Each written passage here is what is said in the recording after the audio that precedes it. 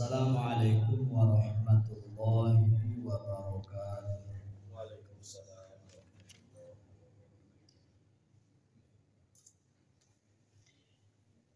Alhamdulillahi rabbil alamin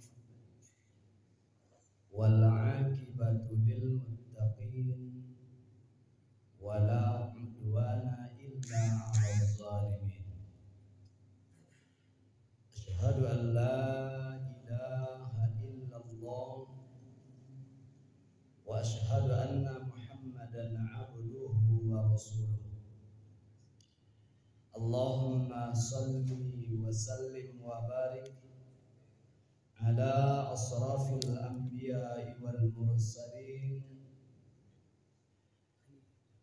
habibina wa nabiyyina Muhammadin wa ala alihi wa ashabihi ajma'in. Qala Allah ta'ala ya ayyuhalladzina amanu taqullaha haqqa tuqatih wa la tamutunna illa wa antum muslimun. Wa qala sallallahu alaihi wa alihi wa sallam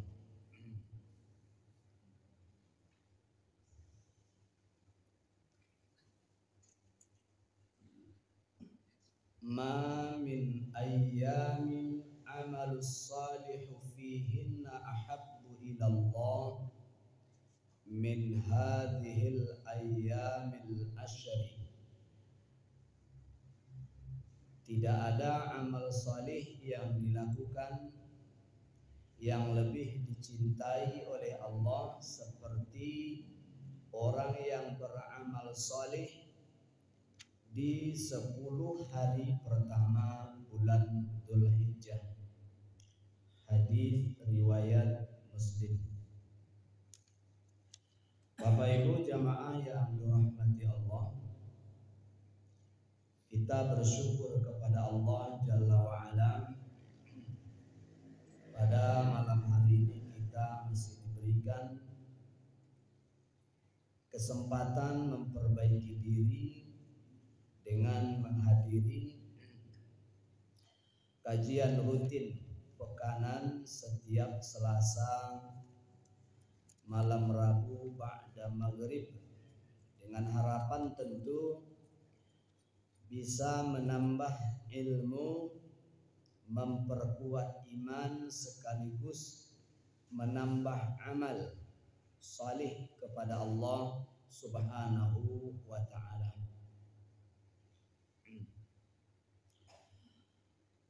Salawat dan salam semoga selalu tertuangkan kepada, tercurahkan kepada Rasulullah sallallahu alaihi wa alihi wasallam, yang merupakan uswah dan qudwah bagi kita,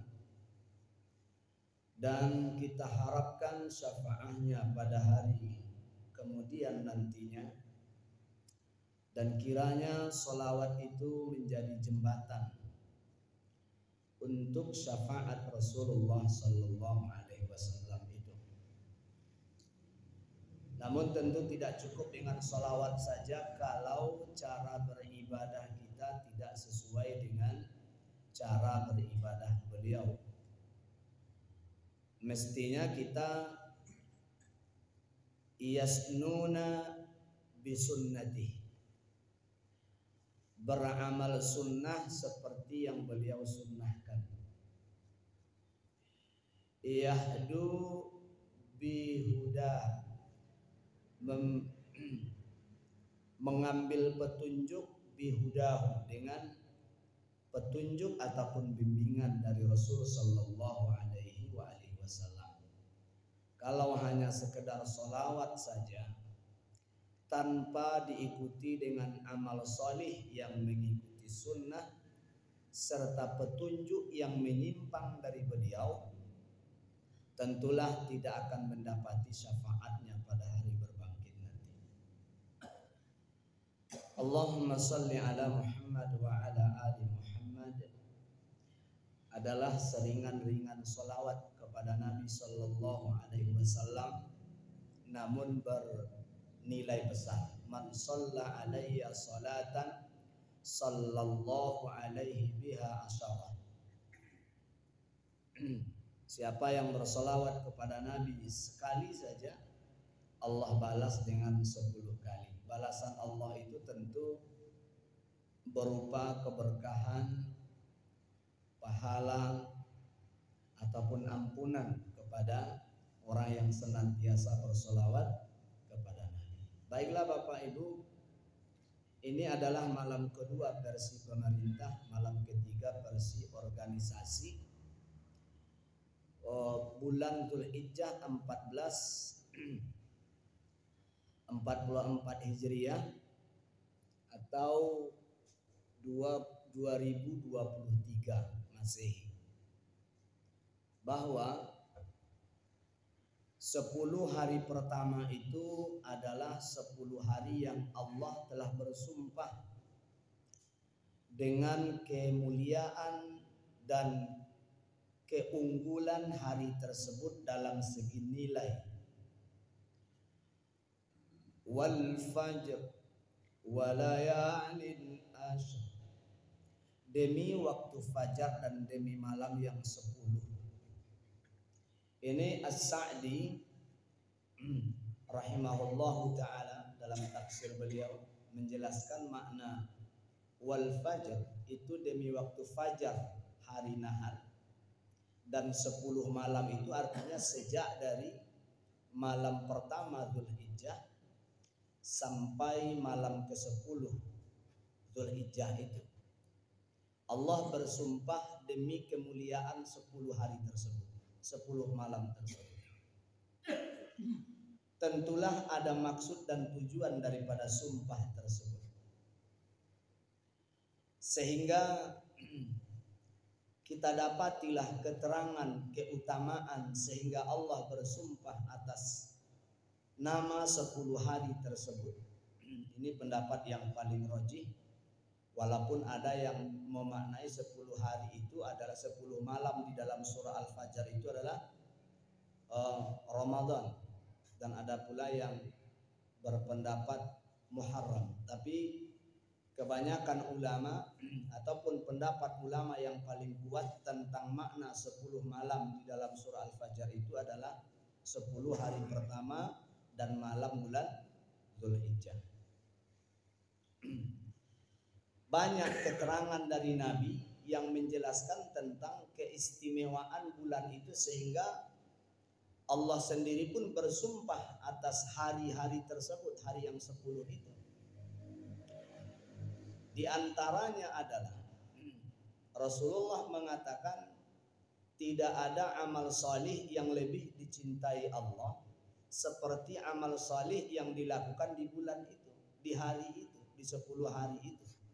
Nah, apa saja amal salihnya? Banyak. Seluruh amal salih sejak dari yang ringan,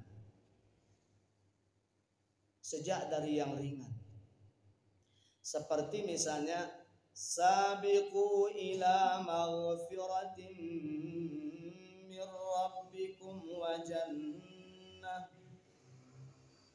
Kata Allah Subhanahu wa ta'ala, sabiqu ila maghfirah. Sabiqu ini artinya berlomba-lombalah kamu. Di dalam ayat yang lain Allah menyebutnya dengan sari'u.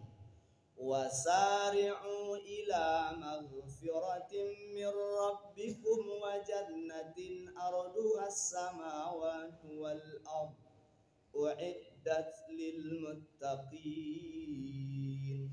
Surah Ali Imran. Kata Allah Ta'ala di dalam surah Hud,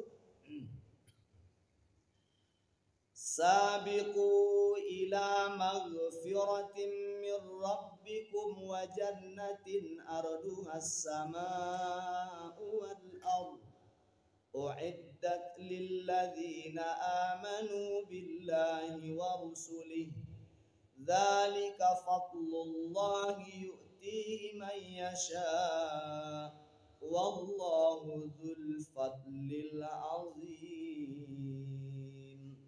Sabiqu, berpacu-paculah. Sari'u, berlari kencanglah.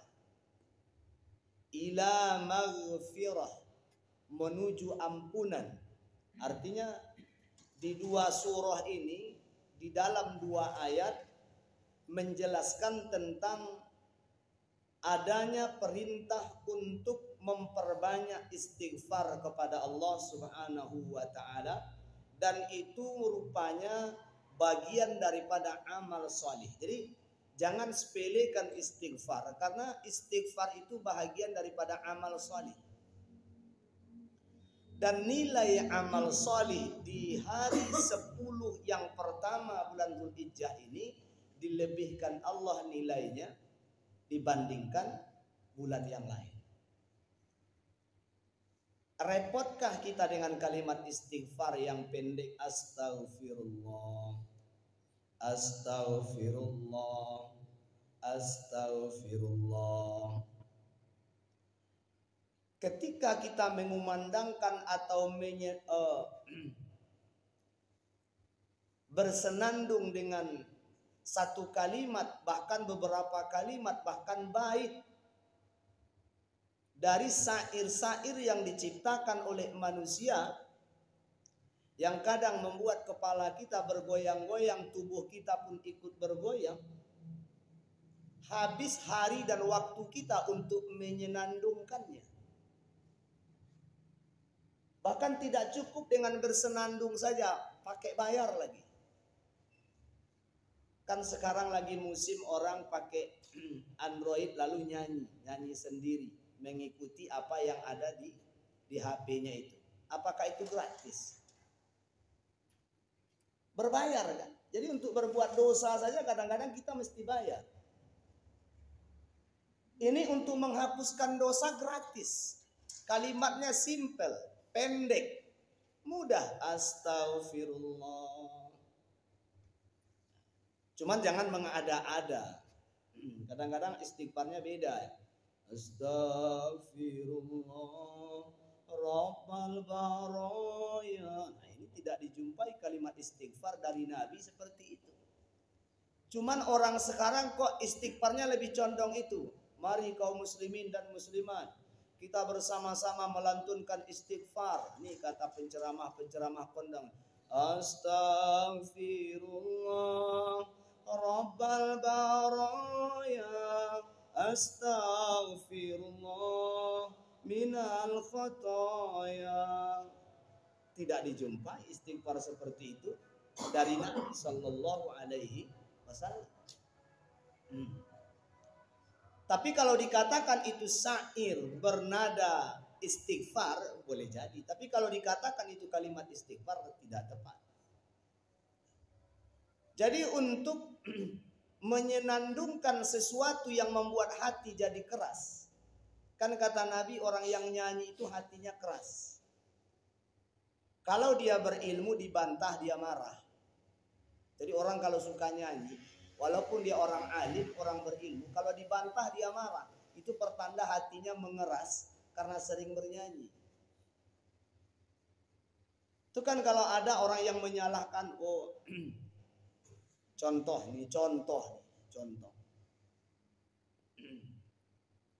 Ketika misalnya ada orang yang membuat solawat gitu. Ada solawatan gitu. Ada solawatan, ada yang versi dangdut, ada yang versi Arab, macam-macam kan. Dibuat orang solawat-solawat yang sesungguhnya solawat terbaik itu tetap saja solawat Ibrahimiyah. Tidak ada yang lebih baik daripada solawat Ibrahimiyah. Tapi kan orang lebih condong kepada solawat yang bukan Ibrahimiyah. Contohnya misalnya ada solawat Nariyah, kemudian ada solawat Badar. Saya paling aneh kadang-kadang menganggap kaum muslimin menganggap bahwa solawat Badar itu adalah solawat resmi dari Nabi.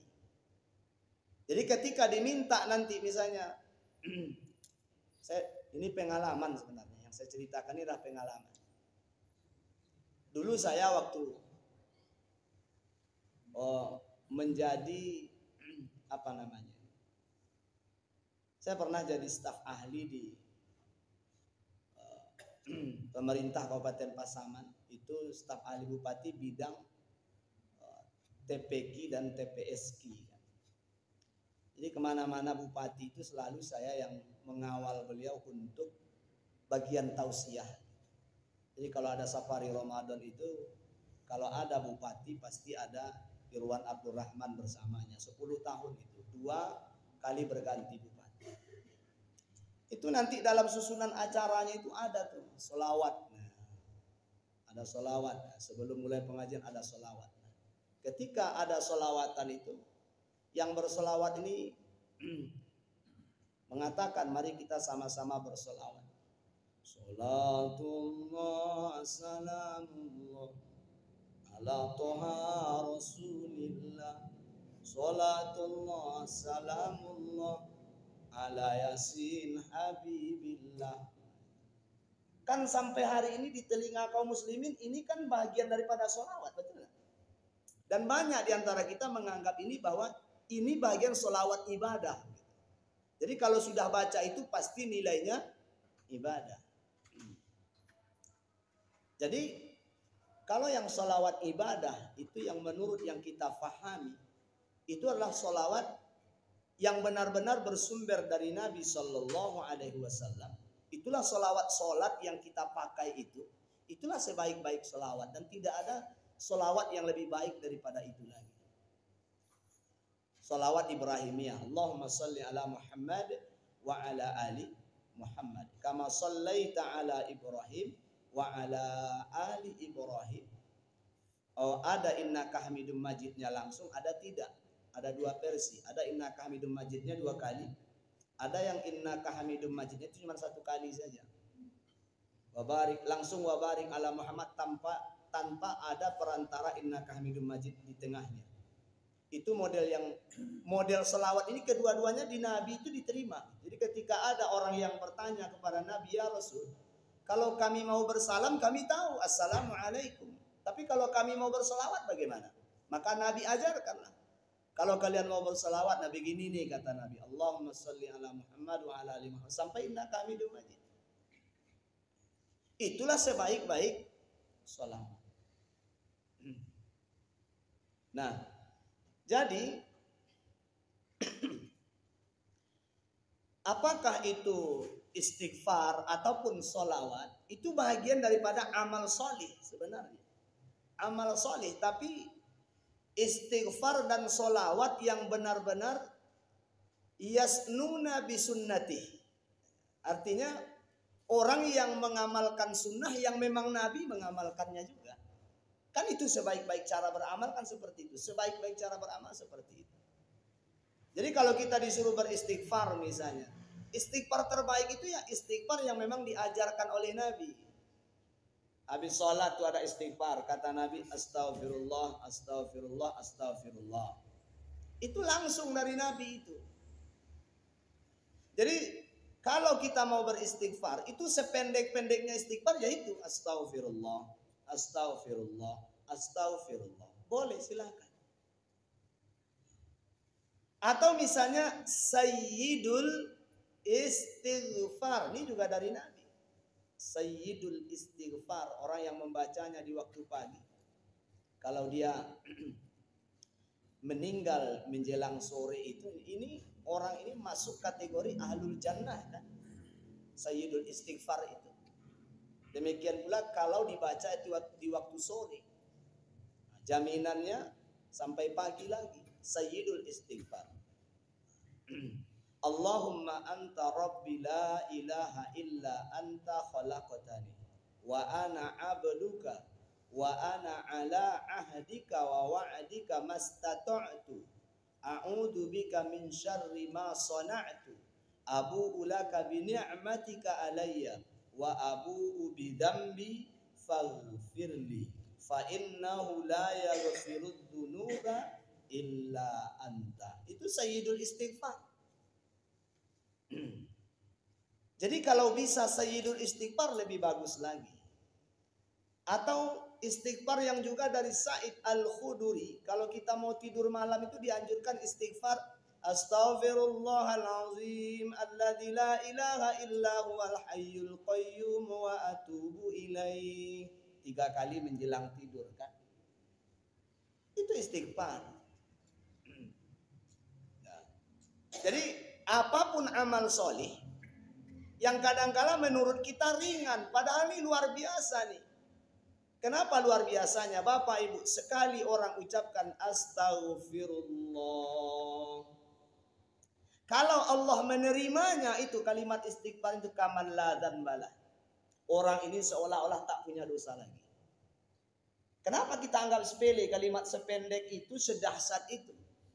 Orang ucapkan sekali istighfar dari hatinya yang paling dalam. Seluruh anggota tubuhnya benar-benar meresapi kalimat tersebut. Dia berucap kepada Allah dalam keheningan malam ketika dia berbaring di tempat tidurnya. Ketika hendak memejamkan mata, dia beristighfar dulu kepada Allah. Apa susahnya mengucapkan itu? Sebelum kita tidur, waktu berbaring itu astaghfirullah. Daripada mengingat utang yang banyak, belum tentu lunas. Daripada memikirkan perangai anak, belum tentu berubah. Coba pikirkan dosa, astaghfirullah. Kalau Allah terima istighfar kita itu kaman la dzanbala. Seolah-olah orang ini tak punya dosa lagi di hadapan Allah. Apa tidak dahsyat itu? Sehebat itu manfaat istighfar. Dan istighfar itu dijamin amal soleh. Dan itu bahagian daripada amal yang dianjurkan di bulan ini. Di tanggal 1 sampai tanggal 10 Dzulhijjah. Walaupun istighfar ini sebenarnya kan sepanjang masa nih. Kan perintah istighfar itu sepanjang masa, Pak. Tapi dilebihkan lagi di 10 hari pertama bulan Dzulhijjah ini. 1. Yang kedua, jadi ada istighfar, ada sholawat. Boleh itu. Mau beristighfar atau mau bersolawat silakan. Kemudian yang ketiga, jadi istighfar, sholawat. Yang ketiga, ini berdasarkan hadis. Tadi sudah kita bacakan dari riwayat Muslim dan banyak hadis sebenarnya yang menjelaskan tentang keutamaan amal solih apa saja yang dilakukan di 10 hari pertama Dzulhijjah itu. Kata Nabi, fa'akthiru fihinna minat tahlil. Perbanyaklah di 10 hari itu membaca tahlil, la ilaha illallah. Apa susahnya? La ilaha illallah, la ilaha illallah. Perbanyak itu. Fa'akthiru fihinna minat tahlil. Ini sudah sering berulang-ulang kita sampaikan, cuma ini karena memang momennya 10 hari pertama Dzulhijjah ini memang harus ada penekanan gitu. Maka diulang balik. Perbanyaklah membaca tahlil.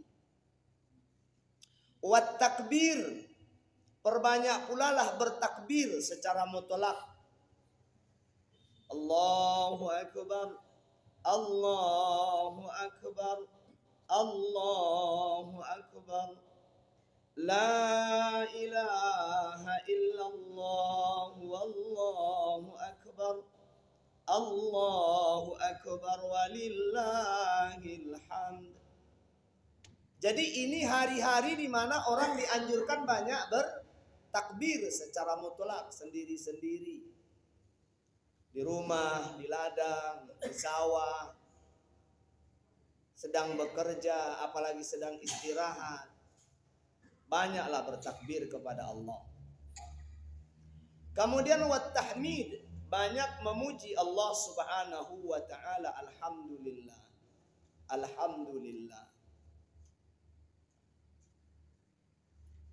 Ini bagian daripada amal saleh di 10 hari pertama Dzulhijjah ini. Kemudian yang berikutnya adalah, berarti kalau yang pertama tadi istighfar, kemudian sholawat, kemudian yang ketiga bertahlil, bertakbir, bertahmid. Ini kan sebenarnya kelima-lima kalimah ini kan sama-sama zikir nih sebenarnya. Sama-sama zikir. Jadi ketika orang beristighfar berarti dia berzikir. Ketika orang bersolawat dia juga berzikir. Ketika orang bertahlil berarti berzikir. Demikian juga tasbih, demikian juga tahmid, atau zikir-zikir maksurat lainnya seperti zikir pagi sore. Jadi 10 hari pertama ini nilainya lebih. Bahkan Nabi SAW menjanjikan mamin ayamin tidak ada hari di mana Allah Subhanahu wa taala aktsar paling banyak ayyatikallahu membebaskan abdan seorang hamba minan nar dari siksa api neraka seperti Allah membebaskan orang di hari Arafah nanti. Nah, rentetan amalan sampai ke hari Arafah itu diawali dari amal solih dari yang sekecil-kecilnya, dimulai dari hari pertama Dzulhijjah. Jadi tidak bisa itu dilakukan di hari Arafah saja. Jadi mulai dari hari pertama itu sudah dilakukan tuh. Zikir tadi, istighfar, sholawat, takbir, tahlil, tahmid. Sampai nanti datang hari Arafah. Waktunya terserah 24 jam tuh. Kemudian tidak kalah pentingnya adalah banyak mentadabburi Al-Quran. Berarti amal itu tidak monoton, selang-seling. Kadangkala baca Quran, kadangkala dengarkan pengajian, kadangkala menghafal Al-Quran. Jadi supaya kita yang mengamalkan itu tidak merasa jenuh, selang-seling amalan itu. Beberapa saat tahlil, ya beberapa saat takbir. Beberapa saat berikutnya istighfar. Beberapa saat berikutnya ya sholawat. Dan kemudian yang berikutnya adalah banyak bersedekah. Dan puncak dari sedekah bulan Dzulhijjah ini adalah kurban. Itu puncaknya. Sedekah terbaik di bulan Dzulhijjah adalah kurban. Man kana lahu sa'ah falam yudhi. Kata Nabi, siapa yang sanggup berkurban tapi dia tidak lakukan, maka yang pertama kata Nabi, fala yaqrabanna musallana, jangan dekat-dekati tempat sholat kami. Ini ada anggapan dari Nabi kalau orang ini mampu namun dia tidak mau berkurban, ini bukan bahagian dari umatku lagi, kata Nabi. Ini bukan bahagian daripada Islam lagi. Orang yang mampu tapi dia mengingkari kemampuannya itu dengan tidak merayakan kurban. Walillahi 'alan nasi hajjul baiti man istata'a ilaihi sabila. Bagi yang mampu lebih itu melaksanakan haji. Tapi kalau kemampuannya itu hanya sekedar kurban, tidak mampu haji ya kurban.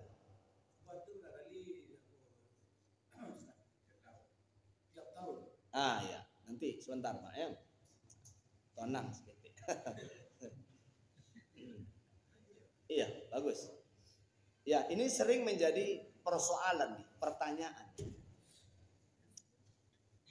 Jadi, apakah kurban itu, kan ini sebaik-baik sedekah nih di bulan Dzulhijjah adalah kurban. Ini bagi orang yang mampu haji dia.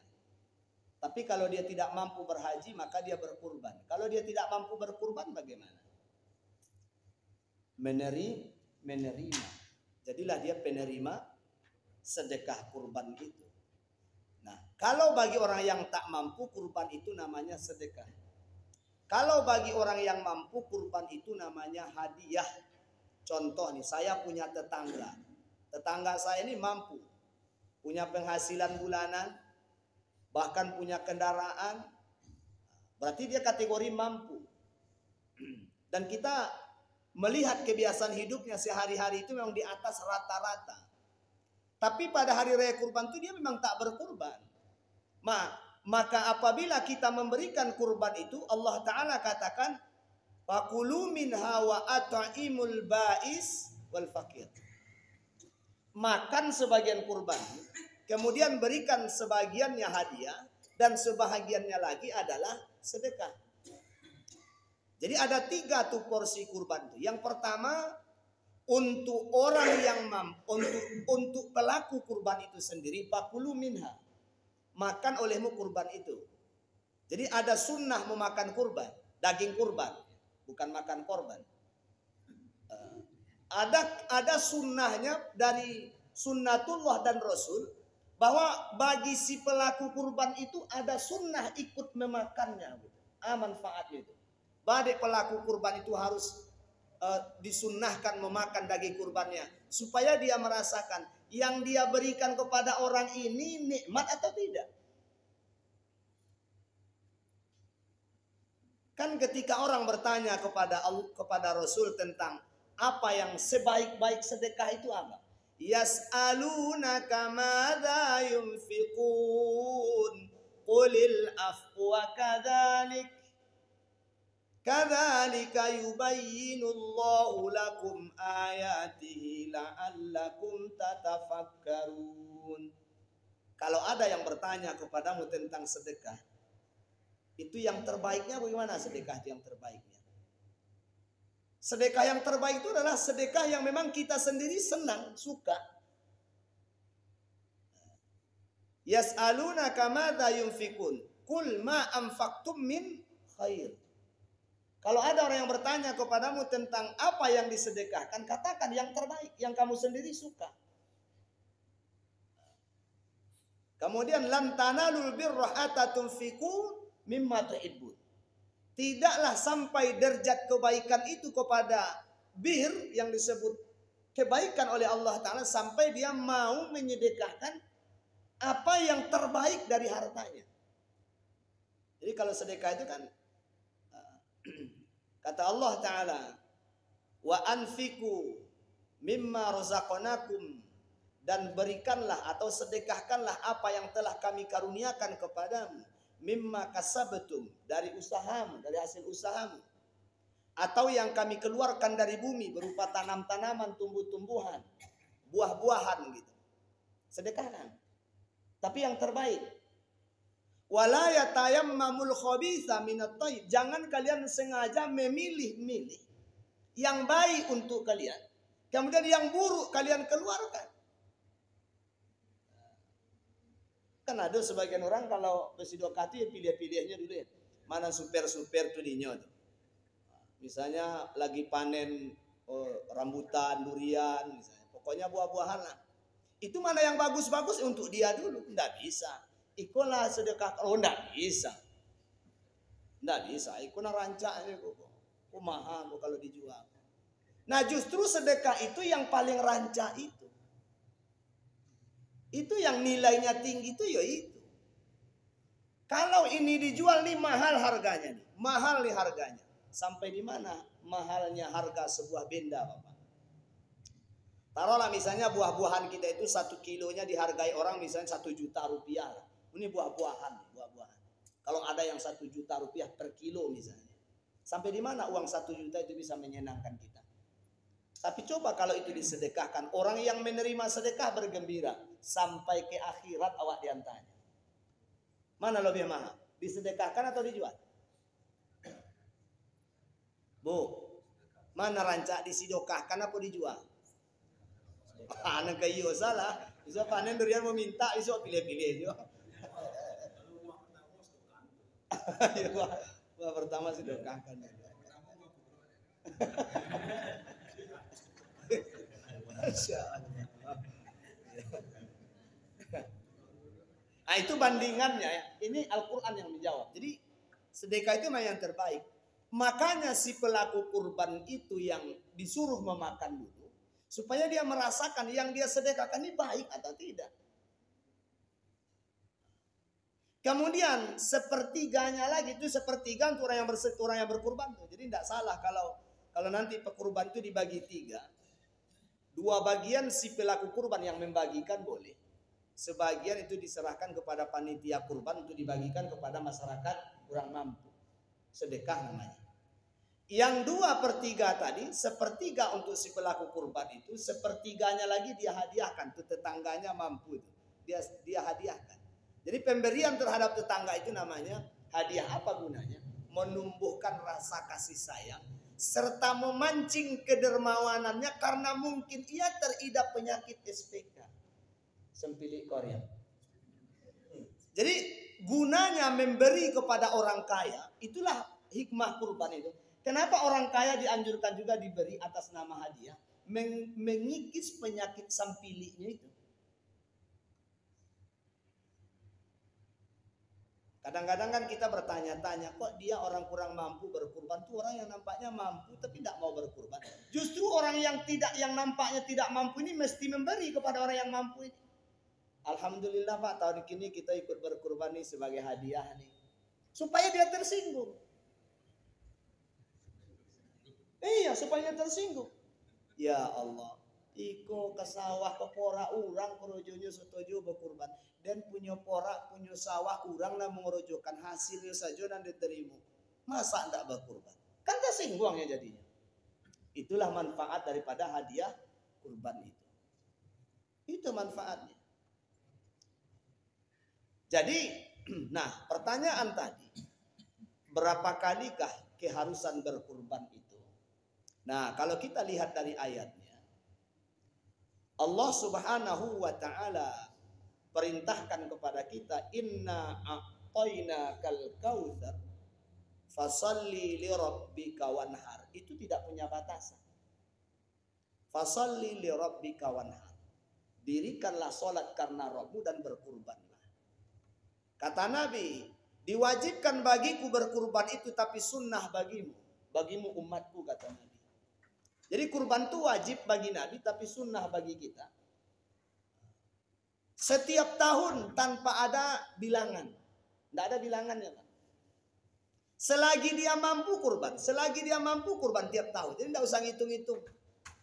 Alhamdulillah Ustaz, kok kalau jadi kurban kami tahun ini kok angka 5 kok. Tidak usah. Cukup Allah saja yang hitung. Sebab Nabi itu tiap tahun berkurban. Yang kita contohkan Nabi. Setiap tahun beliau kurban. Setiap tahun beliau kurban. Pernah 2 domba.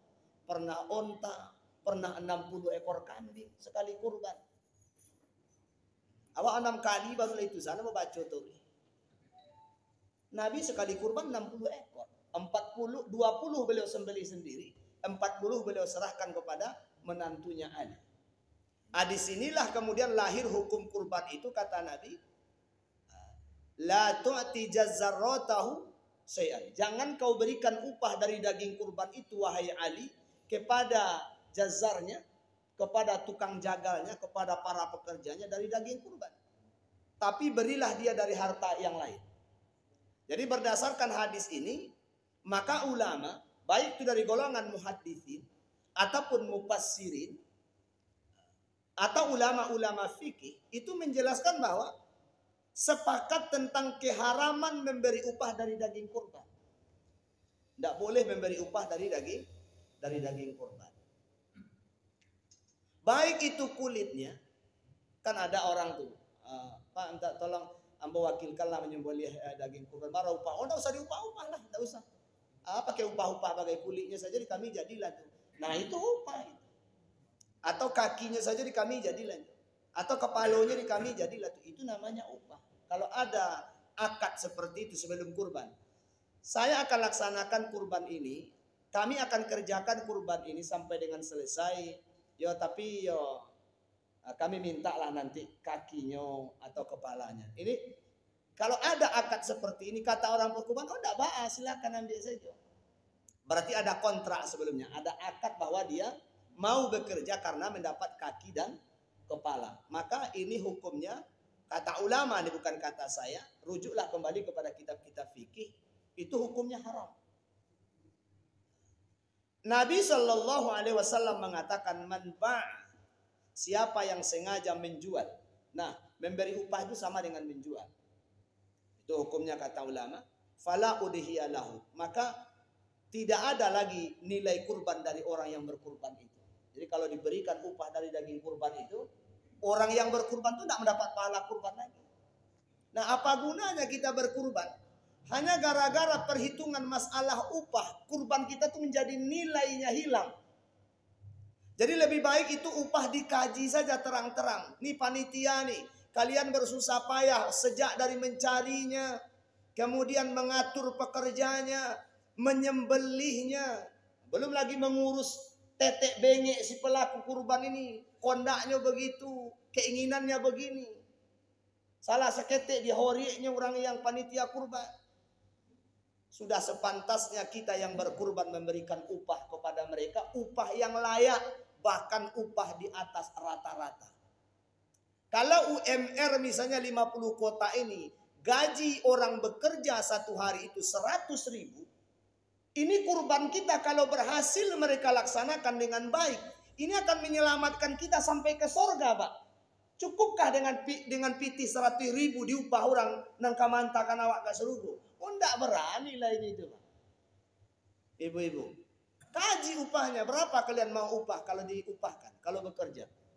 Sejak dari panitianya sampai pekerjaannya kasih upah. Beda halnya kalau mereka tidak mau menerima upah. Nah, itu lain cerita. Kan Bapak Ibu sudah kurban tuh dengan harta. Masa kami kurban tenaga saja? Tidak.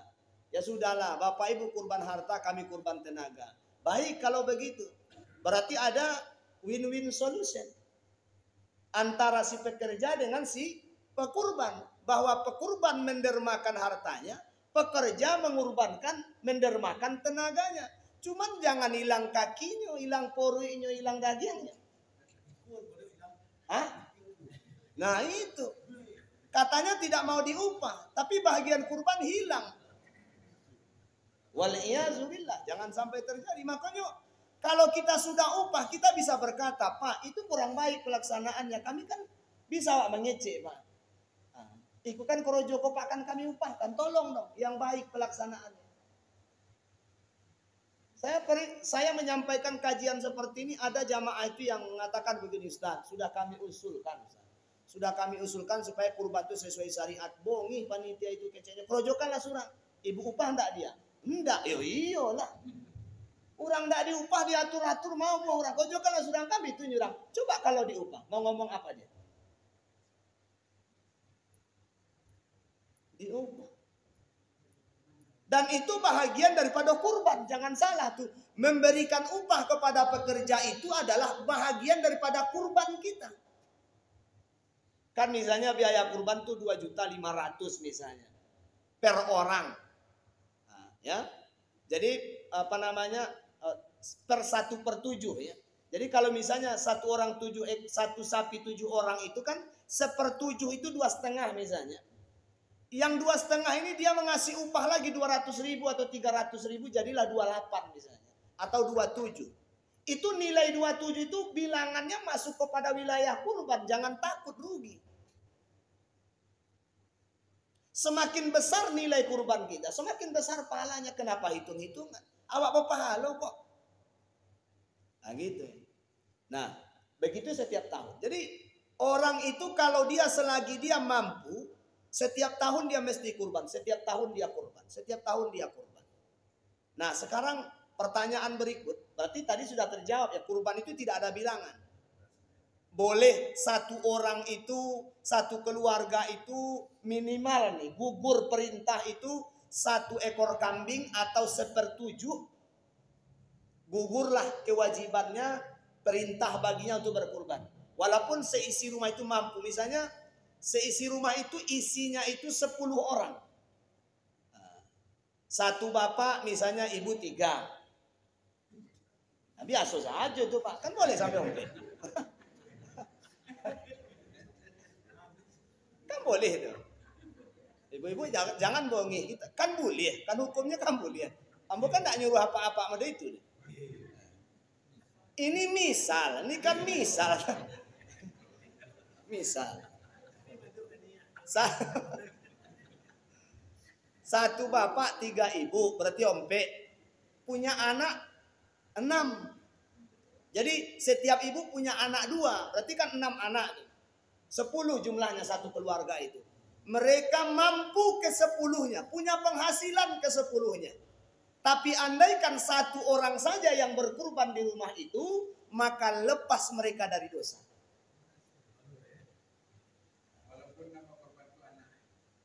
Iya Pak, walaupun yang berkorban itu dilakukan oleh anaknya, tapi dia serahkan kepada ayahnya. Ayahnya yang melakukan, sebab ayahnya itu kepala keluarga. Ini juga kekeliruan Pak, bahwa banyak orang menganggap bahwa Ketika dia punya uang, contoh istri nih, istri. Ketika dia punya uang, dia menganggap bahwa lebih baik dia yang melakukan. Tidak lebih baik ibu yang melakukan. Serahkan kepada suami, suami yang lakukan. Suami yang lakukan. Dan jangan takut ibu tidak dapat pahala, tetap berpahala. Ketika si suami berkata, ini kurbanku dan keluargaku, maka 10 orang dalam keluarga itu masing-masing dapat pahala kurban. Ini masalahnya, kan tidak ada salahnya. Cuman selama ini praktek kita yang keliru. Kita menganggap ya kalau istri punya biaya, istri yang berkurban ya kurban istri saja. Tidak mesti seperti itu. Ya. Tapi andaikan seluruh keluarga itu mau berkurban, wah ini tidak ada batasan. Tidak ada batasnya. 10-nya 2 surang, wah kan agak tuh. Berpacu mereka isi rumah itu. Kata ayahnya kepada anak paling gede, kamu berapa kurbannya? 2 kambing ya. Kata anak paling orang, 3 ya. Itulah maksud daripada ayat tadi. Sabiqu ila maghfirah. Berpacu-paculah untuk mendapatkan ampunan. Tapi andaikan 1 saja sudah memadai. Sudah cukup lalopeh orang serumah dari tanggung jawab berkorban. Dan tidak mesti bergeleran tahun ini atas nama istri, tahun besok atas nama suami, tahun besok atas nama ayah, tahun besok atas nama ibu. Tidak mesti seperti itu. Tiap berkurban katakan, hada minka wa ilaika. Ini kurban darimu ya Allah dan untukmu. Taqabbal minni wa ahli.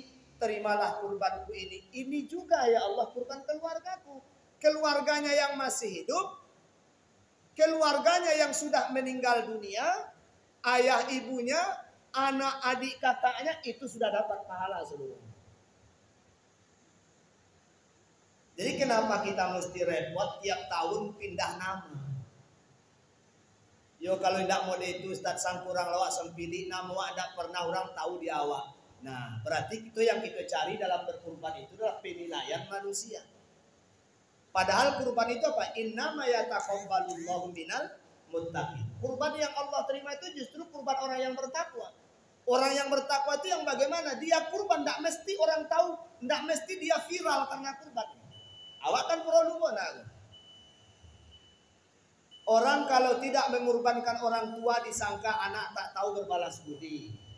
Harta peninggalan itu sudah jelas warisan orang tua. Masa tiap tahun kurban tak pernah orang tuanya dikurbankan. Setiap kita berkurban, kalau kita berkata ini kurbanku dan keluargaku, orang tua kita sudah ikut serta di situ. Tak perlu orang lain tahu.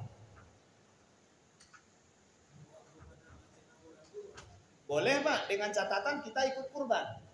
Berarti duo. Kita kurban, kemudian orang tua kita kurban. Kalau orang tua kita itu masih hidup, kita beritahu dia. Ma, ambo kang kurbankan nama tahun kini kuat. Gitu. Tapi kalau sudah meninggal sebaiknya kata Imam As-Safi rahimahullahu taala, tidak ada kurban atas nama orang yang meninggal kecuali atas wasiatnya dan tidak ada kurban bagi orang yang hidup kecuali atas izinnya.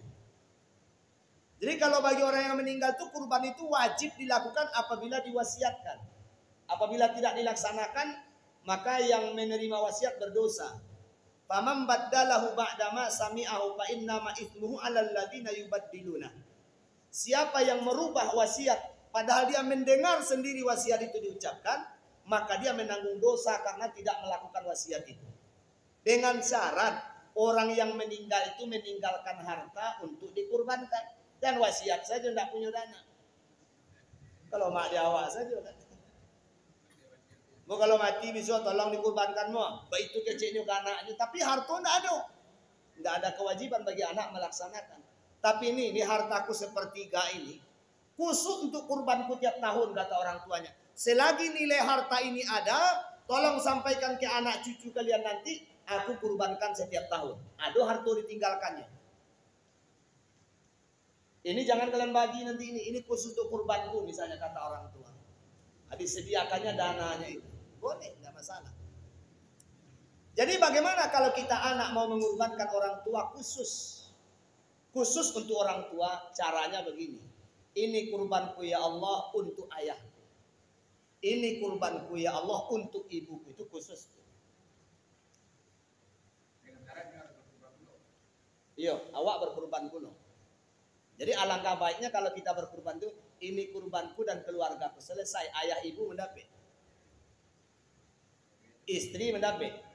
Mana yang lebih afdal? Lebih baik dengan cara ini kurbanku dan keluarga. Cuman kan selama ini kita tidak sampai ke situ ya. Tidak tidak mengenal cara berkurban Nabi seperti itu. Nabi berkurban seperti itu, Pak. Kata Nabi, taqabbal minni wa ahli, terimalah kurbanku ini dan keluargaku. Taqabbal minni wa min ummati lam yudahi, terimalah kurbanku ini dan ini juga kurban umatku yang tidak mampu.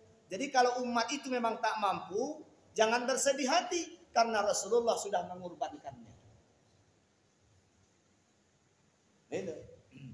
Nah, jadi kurban itu ibadah tahunan. Setiap tahun selagi mampu mesti berkurban. Ibadah tidak ada bilangan. Kurban itu kalau mengorbankan orang lain, kita sendiri mesti berkurban. Kemudian kalau orang itu masih hidup, kita mesti beritahu dia dulu. Kalau orangnya sudah meninggal dunia, maka apabila ada wasiatnya wajib dilaksanakan. Tapi kalau tidak ada wasiatnya atas keinginan anak itu sendiri, yang pertama anak itu sendiri berkurban, dan yang kedua dia berkata kurban yang kedua, ini kurbanku untuk ayahku, ini kurbanku untuk ibuku. Sebab apa? Sebab kurban orang meninggal sudah tak ada lagi. Gitu caranya. Jadi sebaik-baik sedekah adalah berkurban. Nah, bagaimana kalau misalnya saya mampu melaksanakan penyembelihannya seafdal-afdalnya?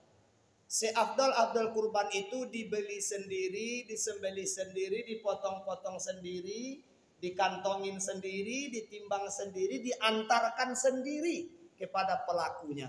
Itulah seafdal-afdal kurban. Oh, yo repot bon awak tuh. Namanya saja nak masuk sarunggo.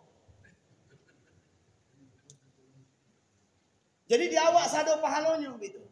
Pahala membeli kita, setiap langkah itu diberi pahala. Nah, kemudian menyembelihnya berpahala, kita juga dapat pahalanya. Memotong-motongnya itu pahala. Membungkus-bungkusnya itu pahala. Langkah pergi membagi-bagikannya itu juga pahala. Nah, ketika kita tidak mampu melakukannya, maka perwakilkan itu kepada orang lain. Itulah yang kemudian muncul panitia kurban. Nah, kalau panitia kurban itu menerima perwakilan dari kurban kita, jangan lupa berikan mereka jasa, upah. Panitia itu mesti diupah. Apakah itu panitianya di bawah naungan masjid, terserah. Apakah panitianya itu sebuah organisasi, terserah. Yang penting diupah. Lain ceritanya mereka tidak diupah, mereka sendiri yang mengatakan tak perlu diupah, maka tak masalah. Kemudian, apakah orang itu boleh diupah dengan daging kurban, kulit kurban, tulang kurban, tali pengikat kurban? Tak boleh. Apapun dari hewan kurban tak boleh dijadikan upah. Dari hewan kurban. Upah itu mesti dari harta yang lain yang tidak ada kaitannya dengan hewan kurban. Kalau si pekerja dan panitia sudah diupah dengan harta yang lain, seperti uang misalnya, atau emas kalau mampu. Nah, setelah itu kan kurban dibagi, dipotong-potong, nanti ini dibungkus-bungkus. Apakah panitia ini boleh lagi dibagi daging yang ukurannya sama dengan bagian masyarakat biasa? Ya boleh, tidak ada masalah. Yang jadi persoalan kan selama ini, orang berkurban dapat bagian satu masyarakat umum, dapat bagian khusus karena dia pekerja, itu yang tak boleh. Ada daging sebungkus tapi bagian krojoinya tidak boleh. Tapi kalau dikasih setiap bungkus setiap masyarakat, kebetulan dia juga warga masyarakat, boleh, tak masalah. Dia dapat upah. Jadi orang bekerja itu sudah dapat uang, dapat daging lagi. Jadi orang semangat mengerjakan ibadah kurban kita itu. Begitu barangkali. Nah, masih banyak ini amalan yang terkait dengan amal soleh di bulan Dzulhijjah itu, tapi itu sudah cukup rasanya untuk kita amalkan dulu menjelang 10 hari pertama bulan Dzulhijjah ini berakhir. Nah, kita review lagi. Yang pertama tadi istighfar, sholawat, tahlil, takbir, tahmid, kemudian amal-amal soleh lainnya, tadabbur Al-Quran, baca, menghafal, sholat sunnah banyak-banyak. Ya, maksudnya rawatib itu dirutinkan, kemudian tahajud malamnya ditingkatkan, dan kemudian bersedekah, dan paling utama adalah kurban. Demikian kajian. Ya. Yang selawat Nabi itu yang mana? Ya. Allahumma sholli ala Muhammad wa ala ali Muhammad. Itulah selawat Nabi. Ya. Jadi pertanyaan berikutnya, yang manakah yang disebut dengan sholawat itu? Sholawat itu adalah ketika sahabat bertanya kepada Rasul, ya Rasul, kalau kami bersalam, kami tahu assalamualaikum, tapi kalau kami bersolat itu gimana ya Rasulullah? Kata Rasulullah, bacalah Allahumma sholli ala Muhammad wa ala ali Muhammad. Itu seringkas-ringkasnya, sependek-pendeknya. Yang lebih bagus lagi sampai ke ujung tuh, kama shallaita ala Ibrahim wa ala ali Ibrahim wa barik ala Muhammad wa ala ali Muhammad kama barakta ala ali Ibrahim wa ala ali Ibrahim innaka Hamidum Majid. Itu sempurna berarti sholawat Ibrahimiyahnya. Nah, barangkali pertanyaannya, apakah sholawat itu menggunakan lafaz sayyidina atau tidak? Nah, kalau ini pertanyaannya, maka ulama menjawab. Apa kata ulama?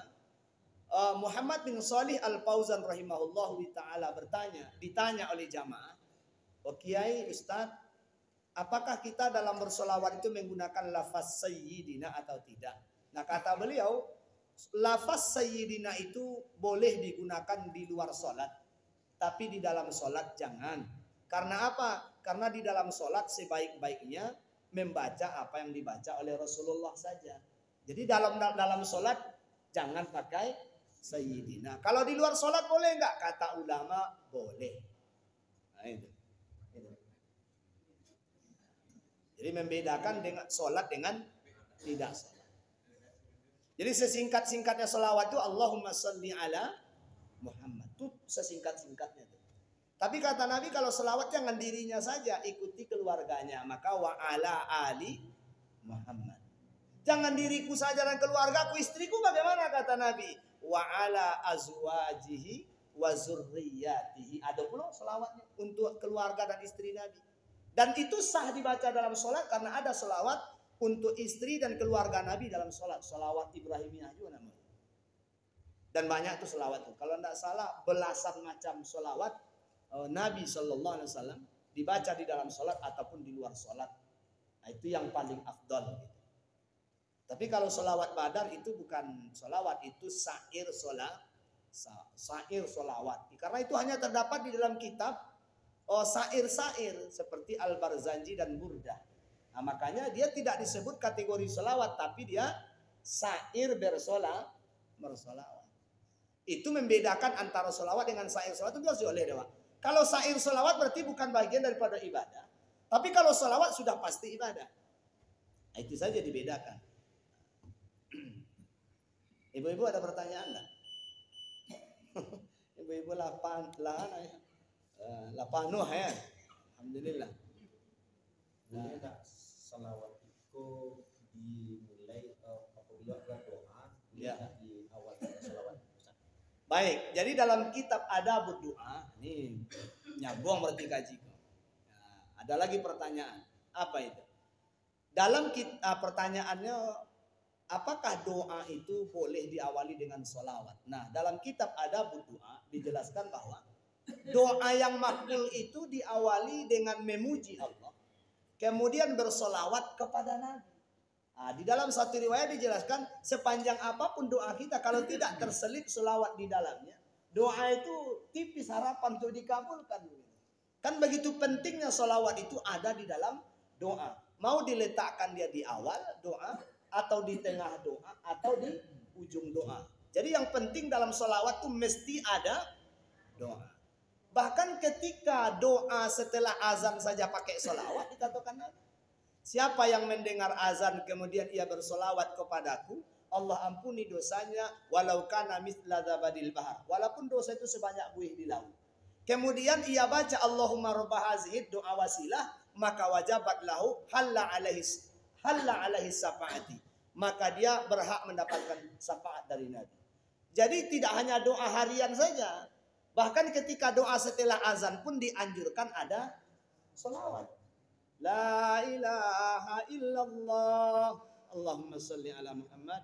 La ilaha illallah Allahumma salli ala Muhammad wa ala ali Muhammad. Allahumma rabbah hazihi da'wati tammah. Atau Allahumma rabbah hazihnya dulu, baru terakhirnya Allahumma salli ala Muhammad wa ala ali Muhammad. Itu dua pahalanya itu. Satu, dengan solawatnya terhapus dosa sebanyak buih di laut. Dengan doa wasilahnya berhak mendapat syafaat Nabi. Apa cik saja kita ambil? Rugi dong. Awalnya sekali baca doa juga kan? Maka baca kedua-duanya. Solawat iya, doa wasilah juga iya. Ini. Baik ibu, aduh lagi. Nanti rasul-rasul tanyakan lah dulu lah. Memang tolong song lewat waktu. Baik ya. Itulah kajian. Sebenarnya mengaji itu apa ya? Sesuatu yang sangat menarik sekali. Makin ke ujung pengajian itu, makin ke ujung waktunya sebenarnya makin menarik. Tapi begitulah, supaya kita senantiasa juga tertarik untuk hadir berikutnya. Memang begitulah Allah buat kita. Jadi mudah-mudahan bermanfaat. Subhanaka Allahumma wa bihamdika asyhadu an la ilaha illa anta astaghfiruka wa atubu ilaik. Billahi taufik wal hidayah. Assalamualaikum warahmatullahi wabarakatuh.